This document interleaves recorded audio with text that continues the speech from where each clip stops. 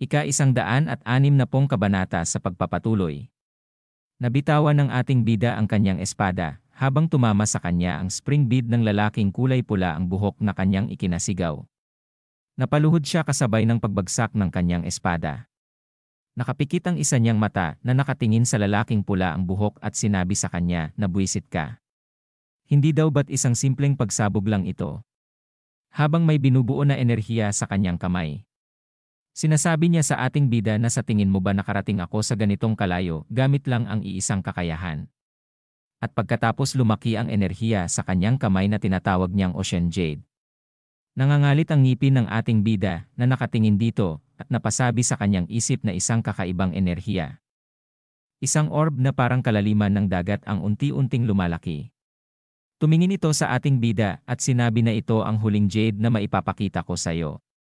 Tatapusin nito hindi lang ikaw, kundi pati ang mga basurang bastardo na dumating para tulungan ka. Makikita ang muka ng ating bida at napasabi na hindi daw ito maari. At pagkatapos, ibinato na niya ito sa ating bida habang napangiti. Nabigla namang napasigaw ang ating bida na ngayon na. Mabilis na lumabas si Mara sa likod ng lalaking pula ang buhok na ikinagulat nito na tatagain siya gamit ang espada ng ating bida. Napalingon ito at napasabi na ano. Lintik na babaeng ito. Ang Great Darkness Palace Master ay napamulaga nang makita ang espada. Na ngayon ay naglalabas ng nakakakilabot na intensyon sa pagpatay, dumiretso papunta sa kanya na parang kidlat. Nakapagsalita pa ito at sinabi na kailan pa daw siya napunta dyan. Buwisit ka. At isang pagpuslit ng dugo ang makikita. At natumba ito na wala na ang ulo nito sa kanyang leg. At ang hinagis nitong spring bead ay unti-unti na ring nawawala. Makikita ang ulo nito na napasabi pa sa kanyang isip na mula sa simula. Nagkunwari siyang nasa depensa at pinababa ang aking bantay. Nasa intensyon din ba niya? Ang pagkabitaw ng kanyang espada. Dagdag pa nito habang papikit na ang kanyang mata na lintik. Ang gamak na ito daw ba ay matatalo ng mga ganitong uri ng mga walang kwentang tao? Lumapit si Mara sa ating bida at sinabi sa kanya na hangal ka talaga. Naisip ko talagang mamamatay ka na. Napangiti ang ating bida sa kanya at sinabi na siyempre hindi daw naman mangyayari yon. Makikita ang muka ng ating bida na nakatingin kay Mara at nakangiting sinabi na bueno, salamat sa pagtulong at paghihintay hanggang sa katapusan. Mara. At naalala niya ang sinabi niya bago sila tumungo sa lugar na ito na sinabi na Mara, ang mga lalaking sumusunod sa atin ay malapit nang dumating. Ako ang magiging pang-akit sa kanila. Kaya huwag kang magpapakita. Kahit na maging delikado ang sitwasyon. At ibinulong pa ng ating bida sa kanya na yung unparalleled master na bastardo ay lilitaw din, kaya huwag kang magpapakita kahit na mapahamak ako. Hindi ka dapat lumabas hanggat hindi ko ito sinasabi. Tumugon si Mara na okay. Naiintindihan daw niya. Sinabi pa niya sa kanyang isip kay Mara habang nakangiti siya na kung hindi dahil kay Mara, maaari talaga akong mapahamak. Posible ito dahil ganap kaming nagtitiwala sa isa't isa ni Mara. Ibinalik na ng ating bida ang kanyang espada sa kanyang baywang at sinabi pa niya na kaya napansin mo na sinadya kong bitawan ang aking espada at nag-ipon ng lakas ng espada. Tumugon si Mara sa kanya at sinabi na siyempre daw naman. Lumingon si Mara sa kanyang likuran. At sinabi na hindi ko pa rin kayang patayin ang taong iyon gamit ang sarili kong lakas. Kinailangan ko pa ang lakas ng iyong espada. Masayang napasabi ang ating bida sa kanyang na tulad ng inaasahan sa iyo Mara. Nakita mo agad ang layunin ko. Nagulat ang mga ito at napasigaw na si Gamak daw ay napatay nila. Dagdag pa nito na buwisit. Ito daw ay imposible. Sinigaw naman ng mga bata na tulad ng inaasahan sa aming young family head. Dagdag pa nila na ituloy na natin ang pagsulong gamit ang momentum na ito.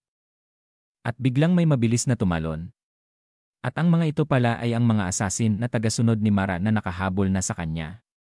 At pagkadating ng mga ito agad namang pinampas lang ang mga taga-Atrocious Sandstorm. At napasigaw pa ang mga ito na ano. Sino daw naman ngayon ang mga hinayopak na ito? Buwisit sila daw ay mga asasin.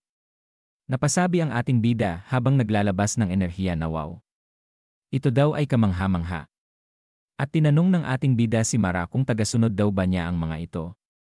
Tumugon ito at sinabi na tama daw siya. Ngumiti ang ating bida at sinabi na mayroon ka na ring mga mahusay na mga tagasunod. Talagang nag-mature na ang aming Mara. Dagdag pa niya na ang saya-saya ko para sa'yo. Lumingon si Mara nang may namumulang pisngi at sinabi sa kanya na hindi na daw siya isang bata. Nakatingin pa din ang ating bida sa kanya at sinabi sa kanyang isip na Mara, nakakatawa na ulit ako dahil sa'yo. Makikita ang pinaglalabanan nila sinisigaw na sinasabi ng grupo ng ating bida na nanalo daw sila. Ang mga hayop na iyon ay nagsitakbuhan na papalayo. Dagdag pa ng isa na huwag mo nang isipin ang mga tumatakbong duwag. At pagkatapos lumapit ang mga bata sa kanya at masayang sinabi na yung family head, ayos ka lang. Ngumiti ang ating bida sa mga bata at sinabi na siyempre, ayos lang ako. Dahil sa napakaraming tulong na ibinigay niyo sa akin. Sinabi ng mga bata sa kanya na ilang taon na ba ang lumipas. Dagdag pa ng isang bata na sila daw ay talagang sobrang na-miss nila ng sobra. Ngumiti ang ating bida at sinabi sa kanila na namimiss ko na rin kayong lahat. Pero talagang sobrang umunlad daw silang lahat. Tumugol ang mga ito sa kanya at sinabi na lahat daw ng ito ay salamat sa kanya. Salamat sa iyo, young family head. Nakatingin ang ating bida sa kanila at sinabi ng mga bata. At sinabi niya sa kanyang isip na hindi ko man sila magabayan sa kanilang tabi. Nang biglang sinabi ng lalaki sa kanya na miyembro ng Iron Blade Bike House na nagpadala tayo ng ilang mga buntot sa mga tumatakbong kalaban. Ano ang gagawin natin ngayon?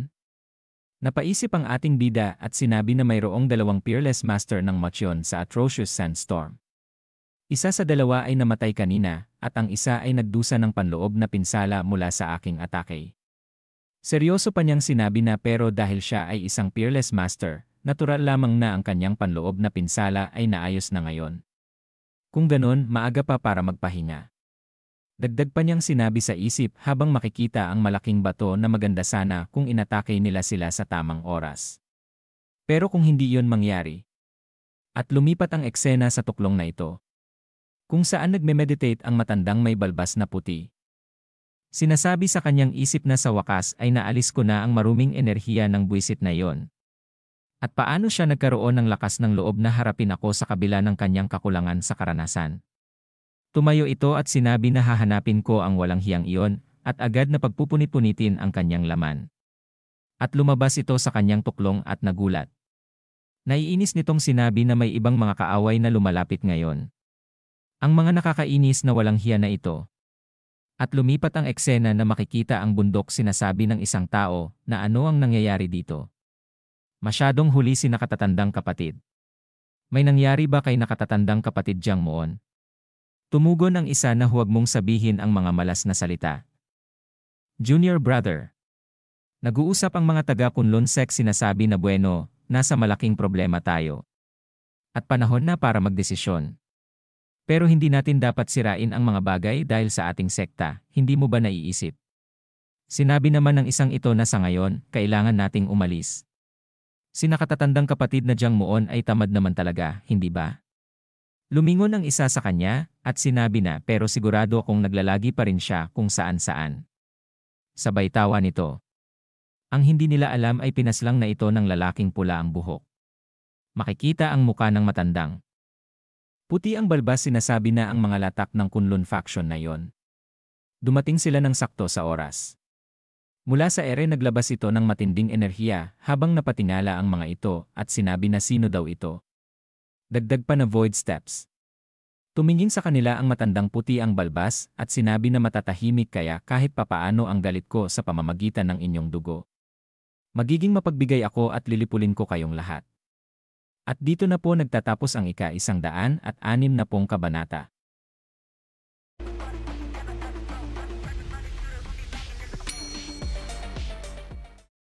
Ika-160 kabanata sa pagpapatuloy.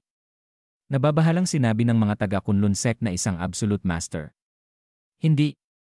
Kahit ang mga peerless master ay hindi kayang manatiling nakalutang ng ganoon katagal. Kung ganoon, siya ba ay isang unparalleled master? Sinigaw nito at sinabi na huwag kayong magpanik. Sigurado akong salamang ka lang yan, kaya walang dahilan para matakot. Itinutok ang daliri nito at sinabi na salamang ka. Dagdag pa nito habang tumira ng atake na hanggang ngayon, wala nang nagbago sa mga bulok na basura ng Righteous Faction. Malapit nang tumama ang mga ito at napasabi na buwisit. Nabiglang dumating si Jin na hinarang niya ng kanyang enerhiya na palad ang atake nito. Sinasabi na magtipon-tipon kayo. Napangiti ang may puti ang balbas at sinabi na dahil nakita kong nahadlangan mo ito, isa ka bang absolute master? Dagdag pa nito na isang absolute master ng Kunlun faction, medyo okay din. Sinigaw ni Jin sa kanya na baliw na motsyon. Hindi ako manunood na nasasaktan mo ang mga disipulo ng Kunlun faction. Tumawa ito at sinabi sa kanya na suriin natin kung ang iyong mga kakayahan ay tugma sa iyong malalaking salita. Napasabi si Jin sa kanyang isip habang nakatingin sa kanya na isang unparalleled master na ang panloob na sining ay lampas sa akin. Dagdag pa niya na higit pa dyan nararamdaman ko ang mas mapanganib na enerhiya. At mula sa likuran tumalon ang mga taga-gobyerno, sinasabi na siyempre, hindi ko kayang humadlang sa inyong lahat mag-isa.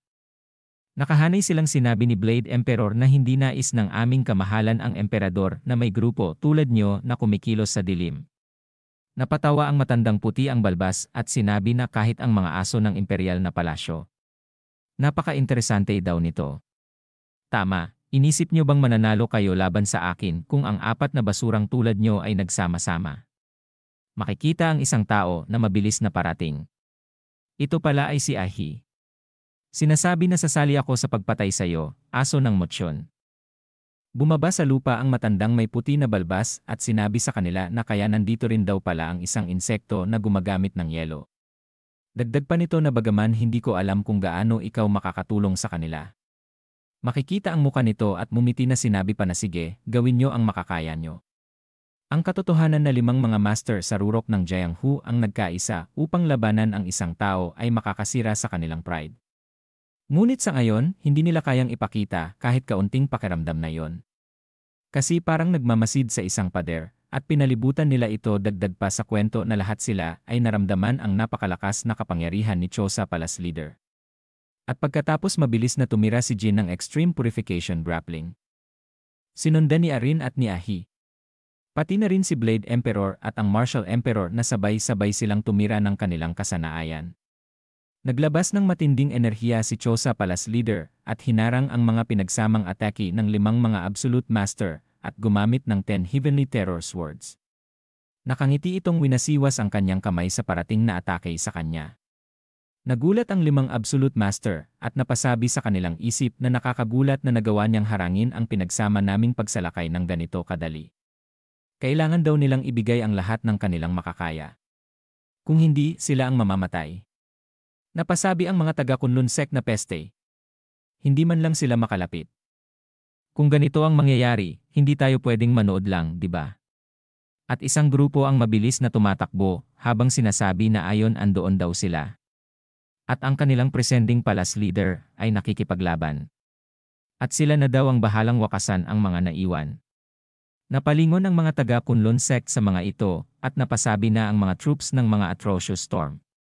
At dapat natin silang alisin kahit papaano. Tara na. Mabilis na sumugod ang mga ito habang sinasabi pa na mamatay kayo, mga walang hiya. Tumugon ang mga taga-Atrocious. Sandstorm na magsalita kayo para sa inyong mga sarili. Bawat isa sa inyo ay mamamatay. Hinarang naman ni Jin ang ginawa nitong atake habang sinasabi sa kanyang isip na ang katotohanang hindi pa dumarating ang iba pang hukbo dito ay nangangahulugan na ang bawat isa sa kanila ay nakasalubong ang mga tropa ng Atrocious Sandstorm. Dagdag pa niya sa isip na kung hindi nila kayang talunin ang taong ito, lahat ng kanilang puwersa ay mapapahamak. At pagkatapos sinabi sa kwento na makikita ang kabundukan na tulad ng sinabi ni Jin Won-myung, bawat tropa ng 4 na ganap na masters ay nakikipaglaban sa iba pang tropa ng Atrocious Sandstorm. Una, ang 600 na martial artists ng Frozen Palace of the Northern Sea ay nakikipaglaban sa Sword Charge Regiment.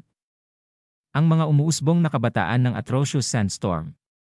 Ang Imperial Bodyguards, Embroidered Uniform Guard, Black Horses ng Iron Blood Regiment, at mga sundalo ng Direct Capital Officers ay nakikipaglaban sa pinakamalaking puwersa ng pangunahing puwersa ng Atrocious Sandstorm.